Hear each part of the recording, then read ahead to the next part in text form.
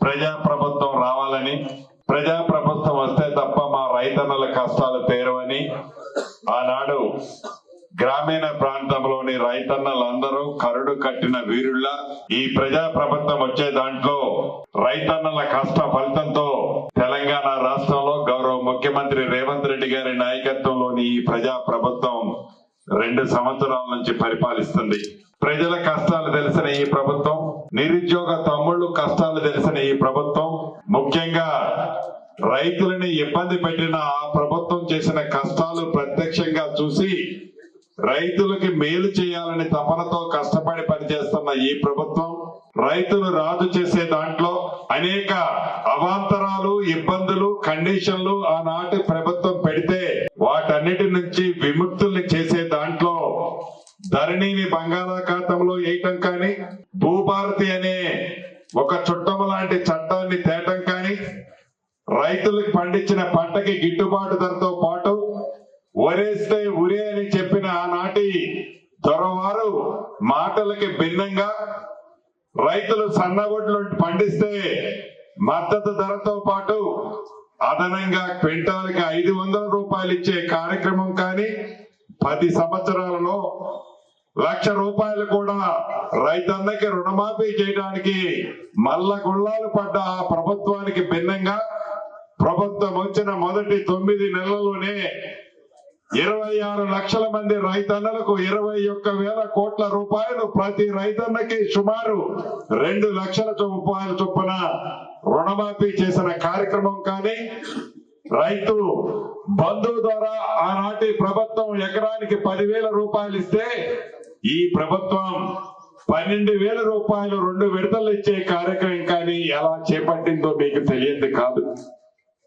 కేవలం రైతు బంధు ఇచ్చామని రైతులకు మిగతా ఇచ్చే అన్ని కార్యక్రమాలని ఆ ప్రభుత్వం రద్దు చేస్తే గౌరవ ముఖ్యమంత్రి గారు ఒక రైతు బిడ్డగా, రైతుల కష్టాలు ప్రత్యక్షంగా చూసిన వ్యక్తిగా, కేబినెట్ లో ఉన్న అందరు మంత్రులు ఒక రైతు బిడ్డల్లా రైతులకి అన్ని రకాలుగా ఆదుకోవాలని దాంట్లో భాగమే ఈనాడు రైతన్నలకి వారి వ్యవసాయ పనిముట్లపై 50% రాయితీని కూడా ఇవ్వటం జరిగింది.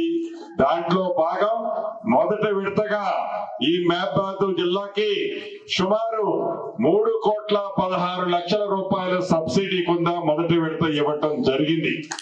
ఇంకా ఇప్పుడే వ్యవసాయ అధికారులు చెప్తున్నారు, భవిష్యత్తులో ఇది 316 లక్షల రూపాయలే కాదు, నాకు తెలిసి రాష్ట్ర వ్యాప్తంగా 100 కోట్లలో ఈ రైతు పనిముట్లు ఏవైతే ఉన్నాయో, వ్యవసాయ పనిముట్లు, వాటి మీద 100 కోట్లలో సబ్సిడీని ఇవ్వటానికి కూడా ఈ ప్రభుత్వం వెనకడుగు వేయదని కూడా ఈ వేదిక ద్వారా రాష్ట్ర వ్యాప్తంగా ఉన్న రైతన్నలకు తెలియజేస్తున్నాను. ఈ ప్రభుత్వానికి బేసిజాలు లేవు, ఈ ప్రభుత్వానికి కక్ష సాధింపు చర్యలు అంతగా లేవు.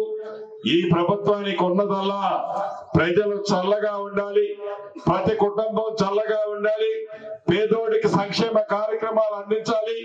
ఆ సంక్షేమ కార్యక్రమాలు భాగమే 200 యూనిట్లు ఉచిత కరెంటు పేదవాడి ఇంటికి ఇచ్చే కార్యక్రమం కానీ, సన్న బియ్యము పేద ఇంటి ఆడబిడ్డ తినే కార్యక్రమం కానీ, ఆడబిడ్డకి రేషన్ కార్డులు ఇచ్చే కార్యక్రమం కానీ, ఆత్మ గౌరవానికి చిహ్నంగా ఉండే 5 లక్షల రూపాయలతో ఒక్కసారి ఇచ్చి ఇందిరమ్మ ఇల్లు అయిపోయిందని చెప్పాం. రేపు ఏప్రిల్లో 2వ విడత ఇస్తున్నాం. రామచంద్ర నాయక్ గారు పదే అడుగుతున్నారు. నాది గిరిజన ప్రాంతం, ఇక్కడ మా గిరిజనులు చాలా మంది ఇబ్బంది పడుతున్నారు, వాళ్ళకి ఇల్లు తప్పకుండా ఇయ్యాలని గౌరవ ముఖ్యమంత్రి గారిని నన్ను పదే అడుగుతున్నారు. 2వ విడత రేపు ఏప్రిల్లో ఇస్తున్నాం. అది 2వ విడత కాకుండా 3వ విడత ఇస్తాం, 4వ విడత కూడా ఇస్తాం. ప్రతి గ్రామంలో అర్హులైన పేదవాళ్ళకి ఇందిరమ్మ ఇల్లు ఇచ్చే బాధ్యత మీది, నాది, ఈ ప్రభుత్వాన్ని. అంతేకాదు, పట్టణ ప్రాంతంలో చాలా మంది పేదోళ్ళు పొట్టగొట్టు కోసం ఈ టౌన్ ప్రాంతాల్లోకి వచ్చి నివసిస్తున్నారు. కొంతమందికి ఇళ్ల స్థలాలు కూడా లేవు. ఇళ్ల స్థలాలు లేకుండా ఇల్లు ఎట్లు ఇస్తామనేది కొంతమంది ఆడబిడ్డలు ప్రశ్నిస్తున్నారు. తప్పకుండా ఈ వేదిక మీద నుంచి రామచంద్రన్నకి చెప్తున్నాను, ఆ శాఖ మంత్రిగా అధికారులకు కూడా ఆదేశిస్తున్నాను. ఎక్కడైతే ఇళ్ల స్థలాలకు సంబంధించిన యోగ్యమైన భూమి ఉందో పట్టణాలలో ఆ యోగ్యమైన భూమిని గతంలో తీసుకొని నిరుపేదలకి తప్పకుండా ఇవ్వాలని కూడా రెవెన్యూ అధికారులు ఈ వేదిక మీద నుంచి ఆదేశిస్తున్నాను. వాటిని ఐడెంటిఫై చేసి ఎమ్మెల్యే గారితో మాట్లాడి అర్హులైన పేదవాళ్ళకి మనం అనుకున్నట్టు 72 గజాల చొప్పున వాళ్ళందరికీ కూడా లిస్ట్ ఫైనల్ చేసి ఇవ్వాలని అధికారుల్ని ఆదేశిస్తూ, చివరగా మీకు చెప్పదలుచుకున్నది ఒక్కటే, ఈ పేదవాళ్ళ ప్రభుత్వం కావాలని ఆనాటి మీ అందరి కష్ట ఫలితంతో తెచ్చుకున్నాం. కళ్ళబల్లి మాటలతో అనేక మంది మారు వేషాలతో మీ దగ్గరకు వస్తారు. ఏ వేషంలో వచ్చినా మీరు నిగ్గదీయండి, నిలబెట్టండి. ఈ ప్రజా ప్రభుత్వానికి అండగా ఉన్న ఈనాటి ప్రభుత్వాన్ని ఈ రాబోయే 2-3 రోజుల్లో వచ్చే అభ్యర్థుల్ని మనస్ఫూర్తిగా చల్లనైన మనసుతో ఆనాడు రామచంద్రన్నను ఎలా దీవించారో ఆశీర్వదించారో వీటిలో కూడా ఆశీర్వదించాలని మనస్ఫూర్తిగా మీ అందరినీ కోరుతూ, మళ్ళీ ఎలక్షన్ క్యాంపెయినింగ్ వచ్చి అసలు వాళ్ళ భాగవతం ఏందో ఆ వేదిక మీద మాట్లాడతానని కూడా తెలుపుతూ మీ అందరి దగ్గర సెలవు తీసుకుంటున్నాను.